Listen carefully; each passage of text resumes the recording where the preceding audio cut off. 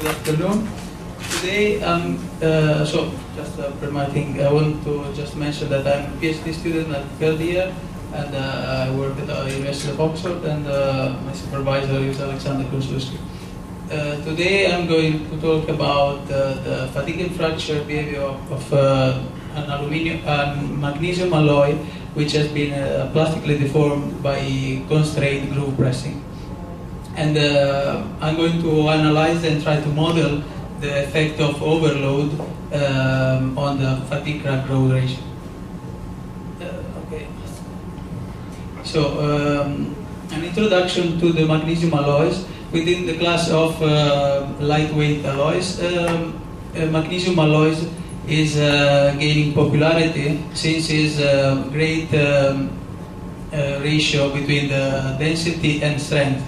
So as we can see, especially in automotive applications, we can use so magnesium alloys are used in many components where complex shape and the lightweight is sought.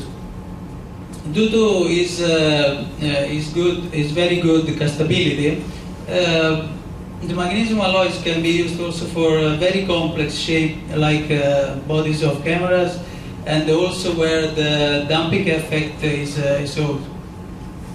So there are some drawbacks, but some disadvantages of using magnesium alloys, which are the poor formability and the limited ductility. So in order to improve the formability especially, and also the strength, this material can be subjected to severe plastic deformation, and here I'm giving two examples, and also the last case where we do a practical demonstration.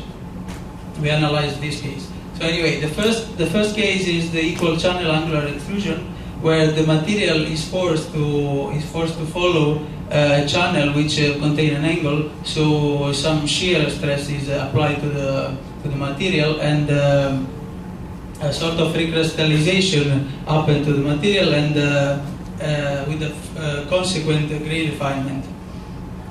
Another technique is the high pressure torsion, where the material, the magnesium alloy, is constrained between two anvils, and compression and torsion simultaneously are applied to the sample, and the shear effect produce this grain refinement. And there are others, but I'm not gonna go through them. So let's go directly to the constrained groove pressing. So here I'm giving some details. So this technique is commonly used where we want to treat some plates.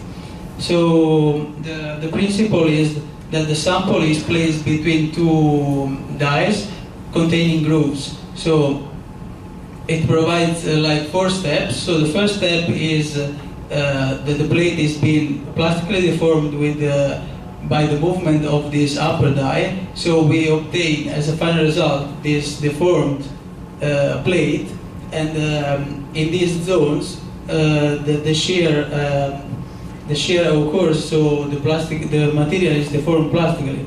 So as a second pass, the plate is being flattened. So we can, at this stage, we can rotate the sample of 90 degrees and redo again the same plastic deformation by deforming the zones where the plastic deformation didn't occur before. And at the last step, the sample is being flattened again. So as a result, we obtain some very fine grain, but right after the plastic deformation, the sample is very brittle. So in order to increase the ductility, we do an annealing thermal process, which increases a bit the grain size, but it improves considerably the ductility. So this is the material before the process, and this is the final one, where the grain, you can see, is considerably reduced. So let's have a look at the fracture fatigue behavior. So in order to do that, we perform several fatigue tests on compact tension samples. So this is a representation of the setup. So we can see that the sample is gripped by two gripping system, and the hydraulic, the force is applied to the sample by an hydraulic fatigue test rig, and the crack is monitored by a telescope, and we can see here the light which monitors the crack. So apart from some constant amplitude fatigue test, we also performed two different load ratio, some overload test. So within the context of constant amplitude fatigue test, we apply a single overload, and we evaluated the effect on fatigue crack retardation. And also a single case where an underload is applied at a load ratio of 0.1.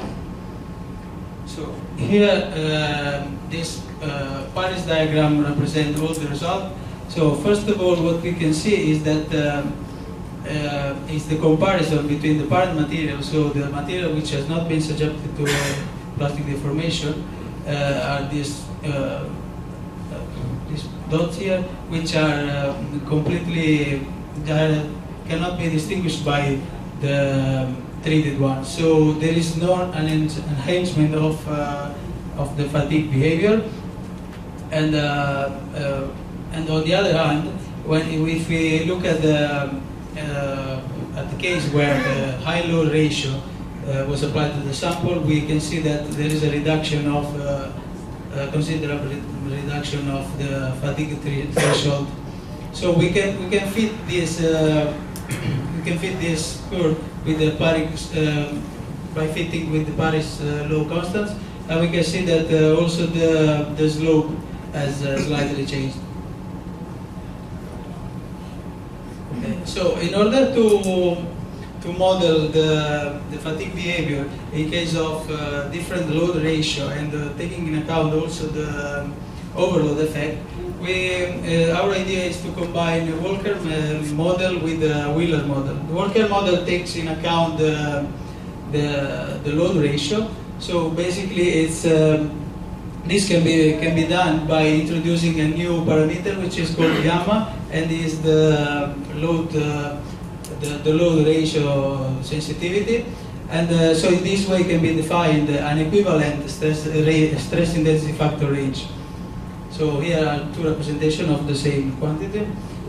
So if we consider the specific case where the load ratio is 0, we can write the Paris law in this way, defining C0 and M.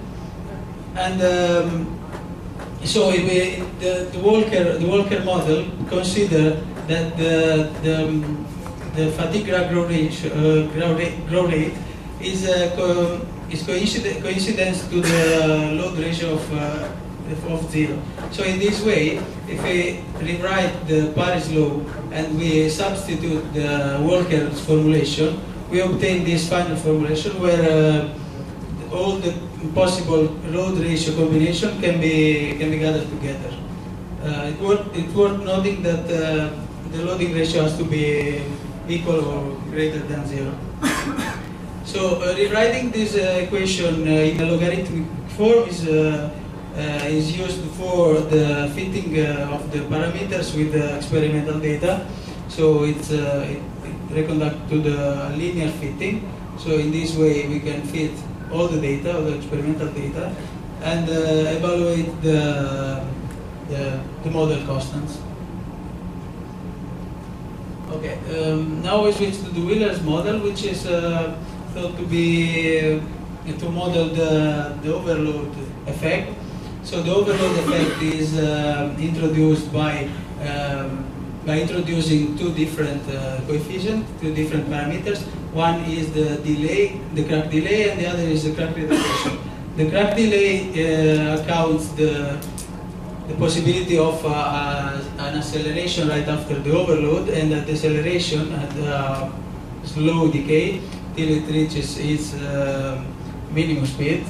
And the crack retardation coefficient accounts the gradual restoration to the steady state. speed up. So this coefficient can be calibrated by matching the experimental data with model, and it is worth noting that these coefficients are calibrated by accounting the plastic radius induced by the overload. So we all know that the coefficient of the plastic zone is not very easy to assess because it depends on the sample thickness, material properties. So for this reason, we evaluate this plastic radius by matching the model with the experimental result. So by combining these two models, Walker and Wheeler, we came out with a single formulation where all the possible load ratio and overload can be modeled in a single equation.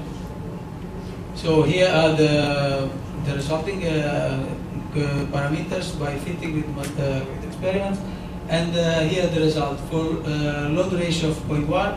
We have very good matching with the experimental result, and 0.7 we also have a good matching, but nevertheless we couldn't fit this part, the delay part, because a crack arrest occurred to the sample, so that we have no, the sample, the crack here arrested. Okay, so some conclusions we can draw. So first of all, the fatigue resistance is almost unchanged. Comparing the parent material and the plastically deformed ones. The material shows high sensitivity to mean load, so the gamma parameter that I was talking about is almost 0.7.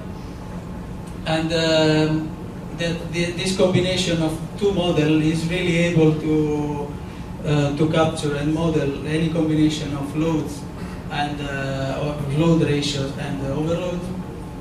And of course, what we have seen from this fitting of parameters is that at varying the load ratio, the plastic radius is considerably different. So this means that actually there are two different mechanisms acting right after the overload in the case of low load ratio and the high load ratio. So we believe that at high load ratio the effect of crack closure is inhibited. So it's really important to understand why and how these two contributions, the contribution of crack closure and the other contribution that might be residual stress at crack tip or branching or others. So it's really important to understand how these two act in order to model correctly this. And also in this case, if we want to model other load ratio different from the one that we've seen, we can interpolate those fitting parameters and attempt the model. Okay, thank you.